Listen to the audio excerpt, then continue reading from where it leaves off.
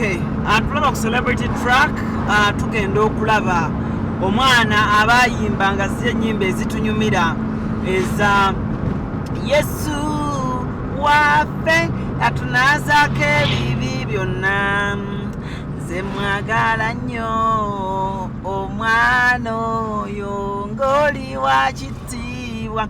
So omwana tulagiridde bambi gy'abeera abeera side zeno abeera side zeno gayaza Kiwenda. Twagala okulaba omwana ow'okubiri oyo mujjukire twalaba Christine ne katwagala okulaba ono ali mu mbeera ki akola ki kyakola ekimubeezaawo anda yasoma yeeyongerayo okusoma teyeeyongerayo kusoma. So byonna byonna tugenda kuba tubiraba anda tugenda mu maaso okubanga tulaba mwana ali mu mbeera ki. Christine twamulaba ye teyazaala ono alina omwana oba tayina ye bannange afaanana atya ompulira. Kale ebyo n'ebirala bye tugenda okuba nga tulaba ku celebrity track olunaku olwaleero. Kati tuvudde ku maini tuyingidde eno Kiwenda anti abantu obalaba bambi ono nga yajja wala ono nga yeyadde eno. Kale naye nga kino kye bayita putting in more efforts okututeekamu waaka ono tusaamu obudde. So oba omulaba likinga okomentinge osharinge kikulu nnyo.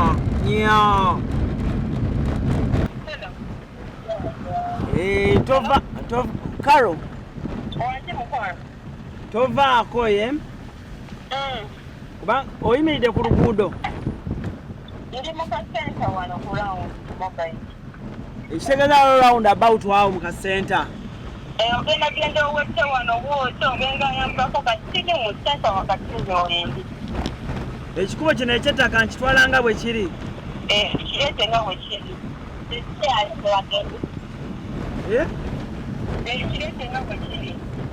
Kirete nga bwe kiri. Naye nga ndabanga ensi egenda okukoma.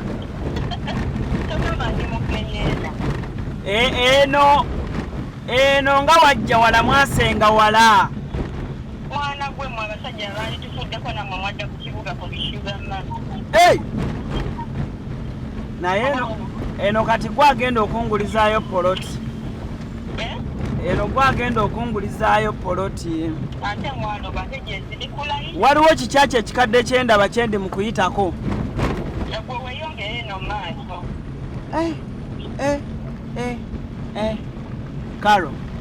Ala nize tonteeka ku mpewo n'otandika ere. Eno munaalonda? Yalonda. Alhamdulillah.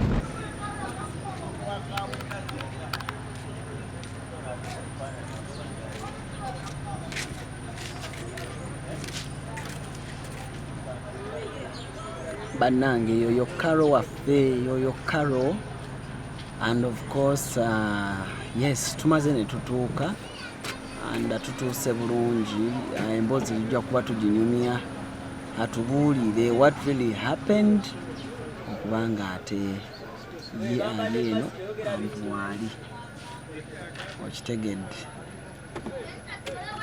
ku celebrity track and of course kwoli Allen Cruz Gemanya and of course Mr. Handsome, webale nnyo okubeera ng'otwekumira ku celebrity track. Genda maaso obeere ng'osubscribinga tusobole okuba nga ate tuwera n'okumanya stories z'abatutumufu n'emboozi z'abatutumufu wamu n'abavubuka bannaffe abayinza okuinspiringa. Olunaku olwaleero tukutte ku Gayaza Road ne tudda eno side zeno munda Kiwenda ne tujja okuba nga ate tulaba mwana muwala Caroline Luyiga nga y'omu ku baana abo abali mu school choir ye Nabweru.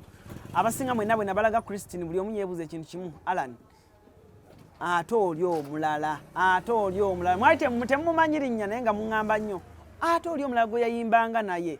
Okay, sala zammwe zizzeemu tumuyina ku celebrity track tugenda kumanya yaani ajja atya okubanga yayingira kwaya ye yakulira mu bulamu ki ekyamutuusa ku mbeera okubanga ali ku mobile money ye naggulawo mobile money okuyimba kwamutama akyayagala okuyimba.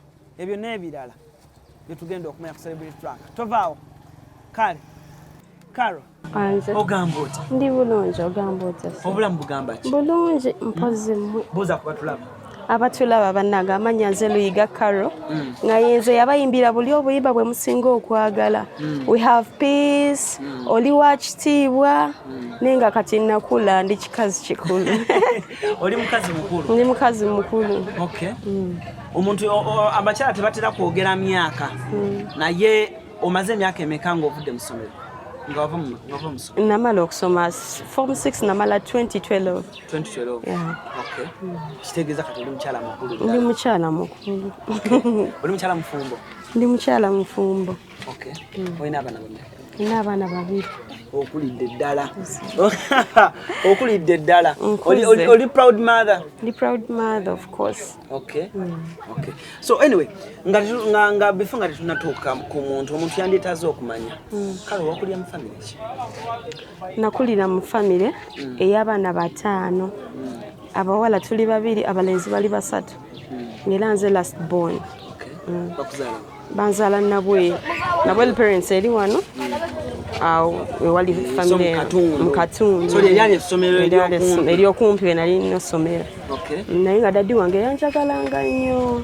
wali Gyali akyaliyo ne mami wange akyaliyo. okay so ogenza otandika okutegeera n'okukula Nga duride weebali. okay kati ekyalo kyennyini kiriwa Kijje baziika singo. oliwe singo Busunju. okay oliwe Masaka Hoima Road. Hoima Road okay so obulamu butandika butya Obulamu bwatandika. Nasomera ku Nabwel parents okuva ku baby class. mama ng'akola mulimu ki Mami wange yali housewife.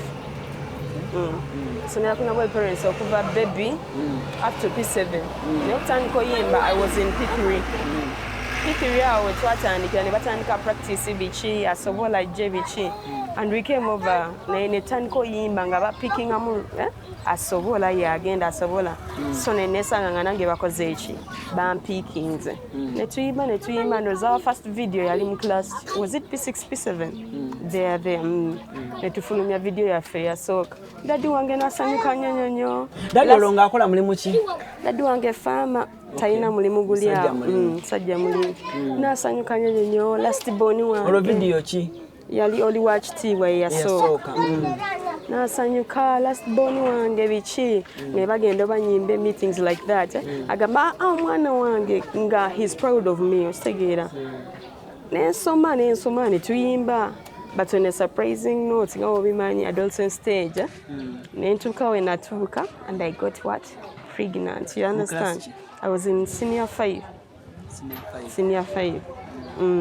naye omwana namuzaala within senior 6 nagenda tula senior 6 n'omwana amyezi 2 daddy wange yasanyuka nti natula senior 6 naye teyasanyuka nga weyalina omwana amufunira mu class ki okufuna olubuto olufunira mu senior 5 n'olubuto nenzaala mu senior 6 omwana amyezi 2 so my dad was like ne Karo kati biki byokoze nekutuma okusoma nosooka ompa certificate y'omwana ni yagikutuma kale yanyiiga kale nange nenkiraba kuba yali anenyumirizaamu nnyo.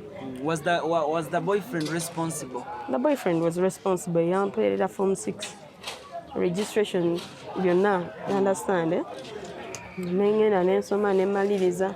Daddy wange yasooka kumbuza kimu wafunye mmeka okufuluma nali nfunye 8 but I had 2 principal passes nafunye 8 nasanyuka biki nenyongera nga living obulamu nga omanyi ba boyfriend they always disappoint disappointing amwawo ate nenjagala okuba back at home asegeera nensoka nensaba mami nenzirayo naye nga bulwenzirayo daddy ng'ayomba kati gwe kati raba kati biwakola sibe nali nsuubira you understand nga bulwenzirayo daddy ayomba nempunya nga kitandika okunhatinga mutima nga kinhatinga nemugamba daddy nsaba kunsonyiwa nakusonyiwa nemugamba naye omwana wo oli nani oli naye ndi naye nga the father ampa obuyambye nengomanyi hadoze obufumbo tebibulamu akoze atya biki nenzirayo waka we naddayo waka nga daddy ayomba nnyonyo ng'ayomba nga mwegayirira daddy nsaba kunsonyiwa biki n'ayomba kati nentuuka ekiseera neŋŋamba kangene facing ensi you understand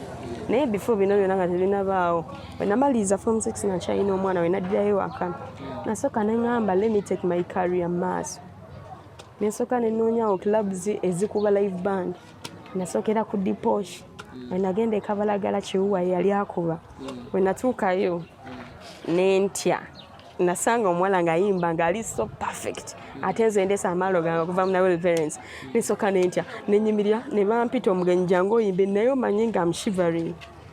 Ne ntuuka ku stage. Kati bampa backing. Kati ate musofa nze okuyimba. Ate nze ne mbuuza munnange tutandikirawa. Kyokolimba lwa. Kyokolimba lwange ne mbuuza tutandikirawa. Nangamba ekiki nangamba nze agenda oyimba. Natandikira mu chorus wakati nenzizaako verse naye tebyangendera bulungi.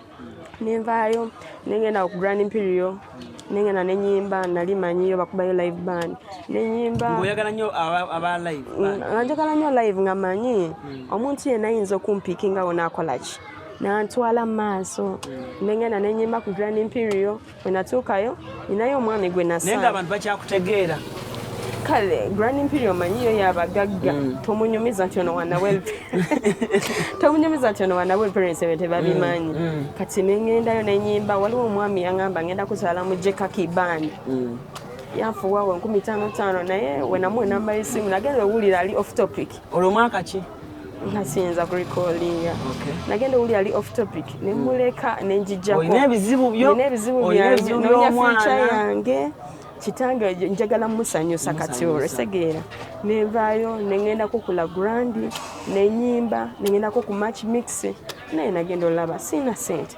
nza spendinga sikola just njagala kukola ki sanyusa dadi wange nengamba nembireka watikamme nengamba kati kangende ntomere ensi nentuuka nasooka kukolera awo ku Small Gate Makerere waliwo awo bayita Olympia Hostel Kastate ako nenkolera awo for almost over 2 years mobile money nenvaayo nengenda ku Mukwana Arcade ate gye nazuulira the new boyfriend that I'm having right now kitegeera kati we najja naye nanyambayambako netandika okweyamba kale kati oli boyfriend omukadde yasigala akyakuyambako mu process y'omwana ng'akula nganyambako kati we nafuna omulala kati olina ono nakale nagenda bazadde bange to give me respect nakola kinakyala oyakyala oli we yabiwulira nagamba kati oyakola ki awererere ddala nakola entondo ate nga ye byamulema mpulira yakyala ewaka bamumanyi omwana we yamuweerera biki bonna ye bombi ate n'omuntu ono wakamuzaala agenda wezanoza 8 months naye nga mufayinirako munaye embeera etunyigamu in one way or another. So omuntu yandyagadde okumanya kalo omuvubuka akulaba essaawa zino yebuuza ekibuuzo kimu lesson kijo gyowayiga mu bintu bino mu bulamu bwonna ofunye olubuto ati ale stage oyiribyeko stage biganye lesson kyawe eri awo omuvubuka yenna ndaba banange kyemugamba nze kale omundaba nga we nafuna boyfriend nemwemaliramu nga mmanyi nti anjagala nnyo kitegeera oli muto ndi muto I was 17 years I was 17 nga mmanyi anjagala nnyo ndaba dadi byaŋŋamba yeeriko ndaba nga akaddiye osegeera nendowooza nti buli kimu kyonna neyagenda okukola ki okimmalira nentuuka ku stage nakola ki nandisappointinga ate amaze okuzaalamu nandisappointinga amaze okunzaalamu kagamba ye yafunamu kantu twali kale n'omwana wange nange nafunamu naye yafunamu nnyo yasinga ofunamu kuba ye obulamu bwe bwasigala bugenda mu maaso bambi kyembasaba omuvubuka yenna ndaba taking ekigambo ky'omuzadde wo nga kiri serious kubanza ebya taata wange nabiraba nga ndaba nga ye mukadde ate nze serebu ndaba ate bannange mbegayiridde muwulirize nnyo bazadde bammwe kyenatuukako toyinza nakiyimagininga kuba kati wano wondaba anasimu bamana nafuna no my new guy nakyala ewaka bamumanyi ensifani naye we twatuuka wano twayinamu twali loaded we had like 7M you understand netujja netugulawo business nga tuli bapya nga we have too much customers naye nga womanyi nawe bya business ne basooka ne batuwa welcome tusiita baali ne batubba bajja babbi bana ne batubisa pista twali tuyimiridde wano yali yakadde omanyi yakola ku saaluuni enviiri yali yakakomawo ng'ayimiridde ngaawo ndi munda twalina bakasoma bangi ne bagenda omukuuma bali bakagwa ayimiridde awo ndaba abasajja bajja bamukuba ebikonde dino what came into my mind neŋŋamba kati ono obukazi kati nze nalowooza ateeka kuba yakoze ekitali kye amanyi asekaaseka nnyo n'abaka neŋŋamba kati ono naye mbatunuulira ne bamukuba kati kyajja luvannyuma gye batubba nga bamaze yingira munda ne bayingira Christmas ng'ayimiridde wali ne batubba everything abantu baali bagezaako okubanga bakuŋŋaana enduulu evuze ne bakuba amasasi 2 mu bbanga oleka owulira nowano bonna tetwaddamu labako yadde no bajja na pisto baali bana nga bambadde zino jackets eziringa eza poliisi osegeera ne bajja ne batubba buli kimu kye baali baagala ne bakikolaki ne bakitwala nensigalawo nze nabagamba nga kimu omwana wange temukola ki temumwenyiga mutwale byonna naye omwana temukola ki tebakubako gwe tebakuba ekyakubya ono they wanted to pave way okukola ki okuyingira naye yadduka n'abadda n'eri maaso n'enduulu nemulema okuba ne bamuyitako n'abatunuulira omanyi shoko nga yazze webityo ebyatuukawo munaye ne babba amasimu g'abakasitoma ne babba buli kimu agasimaati genkyaginga naye ekyasinga okunnuma nayina mukwano gwange oyo najja n'aŋŋamba buli omu yaliwo wano ku siini sigamba nti twafoginga abasinga baaliwo buli omu gajja babibye byonna n'eryange nti ye bannange nga tulabe nga mulabye frendi wange najja n'aŋŋamba mukwano gwange naye nga bagiddeko nze ye bannange kati ogenda kukola otya konze munnange abantu be babbi kasaba baddewo bajja kukola ki bajja kitegeera wayitawo awo ennaku ngambale ngenda owulira poliisi bampita balese reference bagala kola ki kunkwata kati neneebuuza kumbe mukwano gwange ya report nze ye ayagala simu ye yagadde ya mitwalo ameka ana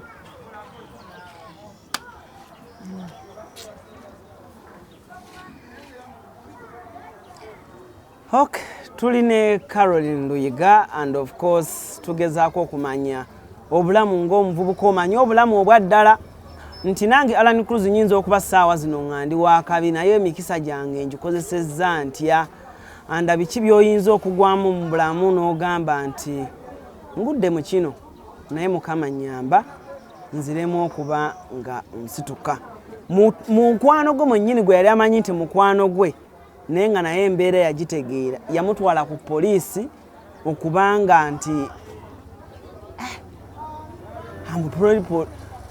kale bintu bizibu nnyo so akuripotinga ku poliisi bakusibe yandiripotinga nangamba mbu essimu ye yamitwalo ameka yamitwalo ana bubuulire obulamu si bwangu nga bw'obulaba omuvubuka ng'ofunye ku chance naddala kati ku muguno omulembe gwaffe gwe tulimu n'ofuna ku chance efuuka owakabi n'ofuna ku chance Katonda n'abaako ne waakuteeka omukisa ogwo ogukozesa otya kyetulika essaawa zino ku Celebrity Track ne Caroline Luyiga amaziga agamuyitamu bwe bulumi bwawulira ne pain ebintu ebimu byalabyeko ng'omuvubuka okutambula ogetinga disappointed n'abantu so omuwala bambi wayirayo programu eno n'obaamu n'ekyokuyiga okay so Carol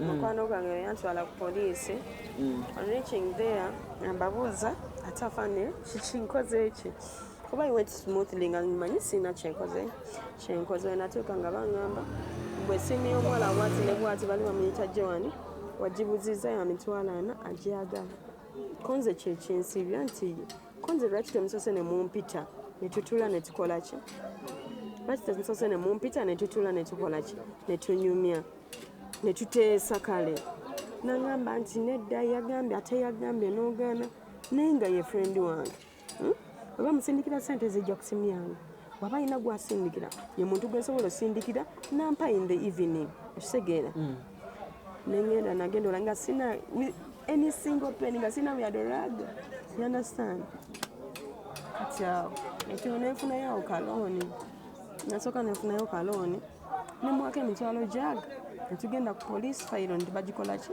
ne bagigala ne poliisi nengisasula. That's why I'm here naye mundaba kati obwasigalawo bwe buno bwe natandikisa ate naawe omanyi ebintu bya kafe kati already saloon basclosinga ndi wano ozo olabe wagenda amasimu waliwo manda Kapitole n'abaamu simanyi munsaasire simanyi gayiyo ebintu bikyatambula bulungi gayi wange yali akola mu saloon basclosinga kati yakolewa. So all of us we are looking at this segera kati Chris taliwo namusindika asista wange Mityana omwana wo ali Mityana eyo gyali. So bafaani bange obulamu bwe butyo munnange embeera bwetyo eya Karo kikyotuukawo kikyosinga otuula wansi awo ne wejjusa mu bulamu?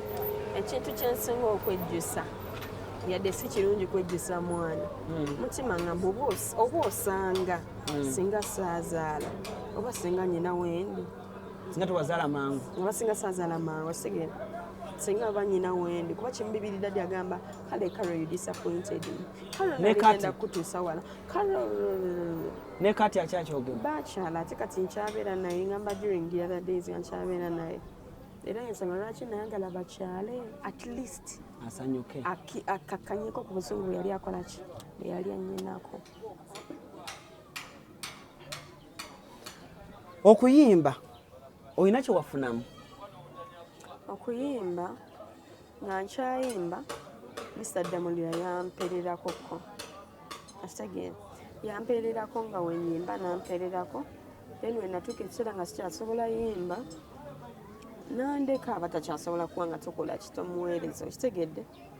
Nenfunawo sponsor I was in senior 4 nenfuna sponsor bamuyita Namagembe Farida Miss Namagembe Farida I was sitting my senior 4 nga yatula senior 6 kwa Gakani akuweerera yeyajja na sponsoring akuweerera ng'agenda tula anna ebintu byensi akuweerera agenda tula senior 6 nga nze ngenda tula senior 4 ava ku ky'okuweerera nze simanyi yajja nali ndi waka tuva kuzannya omanyi bino bibandana nga mukuze otandise okasiba wano bwoti wesize wanja ati mba ndi waka ne bamputa kusomera Mr. Damulira yakuyita nga natuuka kusomera kati mu ofiisi nga nsangamu omukyala bonna nga mmala obbabuuza nga ntula mpapapapa njagala kuddayo kola ki kuzannya Mr. Damulira ngamba omukyala ono akwetaaga kubaza aliwo nti ono omukyala nagamba nakulaba ng'oyimba nkulabidde ebbanga naye nze mbonna nze njagadde ani gwe. Mr. Damulira nagamba bagenda kuweerera bagenda kulabirira paka wonooko nasooka nentunuulira omukyala nga ndaba tulinga abenkana mutunuulira naye omanyi tolina kutunuulira nnyo kulaga maalo nensindika omukyala nantwala yali abeerawo Makerere Kavule nantwala nga tubeeraawo buli kimu akimpa nengenda ku Brightway nensoma nantwalako e Kenya for holidays nga ndaga love byonna omanyi nalinga muto nga nyimirya ku buli neŋŋamba naye dadi kati nze nga nkimanyi waffe tetulina ssimu era dadi wange tasobola kukadde ekikuta ekitwalawa mu kisulo naye nagamba singa mukamonyamba nange oba ndigendako mu kisulo omanyi nga mbeera ewaka nga waliwo abaana bajja ku Nawel parents bali mu kisulo nga bajja ewaka ne bakima endagala weekend bajja kufumba ngamba egomba neŋŋamba naye dadi singa nange ngendako mu kisulo mukama singa onyamba naye nga kimanyi dadi talina dola tasobola yadde okwetemako ekigere okutwala mu kisulo nalabiraawo nange surprise kati we nakula wembijjukira nti kyenasaba kyekyatuuka ku lunaku ki kubona kisaba nali muto kyajja mu senior 4 neŋŋamba bannange nenfuna siposa nga buli kimu ku ssomero nga Carol omunyiiza olina kyoyagala naye the problem came nga siposa yali ayagala nyimbe naye nga ye muntu ajja n'akuwa biiti ye gyafiiri nga ye gyakola ki gyayagala gyakuwa gyayagala otuulemu oba ogisobola oba togisobola you have to struggle kitegeera nojja n'akuwa n'akuwa ebigambo n'akuyisizaamu n'antuma n'erinnya nze Shine Joy Lenzi naye ekyasinga okummalamu amaanyi nga ndi musini waffe ennyimba zampa za laavu Osegera kati sanga sabimanyiira nga mpulira nga mbimba naye nga mpulira sibifiiringa si ya myaka gyo nanyiga kati gwe Karola babyokola nkugamba kola bwoti gwokola bwoti nanyimbira nateeka practice za piano biki nga sibifiiri nga ndaba emyaka gyange tegimba laavu nga mbimba si byenyina okuyimba entuuka ekiseera era nesula emagana yakomya mu class kyo yakomya mu senior 5 first term weyakomya yankomya naye nga twogera okyamulabako twogera ali bulungi alina abaana kati aba basatu memories ki zosinga okujjukira mu kwaya nga muli ku top awo memories ennungi